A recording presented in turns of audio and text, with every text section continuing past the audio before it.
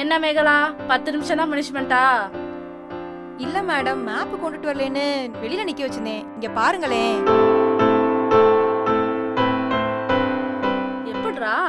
எப்படிடா வரைஞ்ச? மேடம் எங்க ஐயா கிட்ட கேட்டேன்.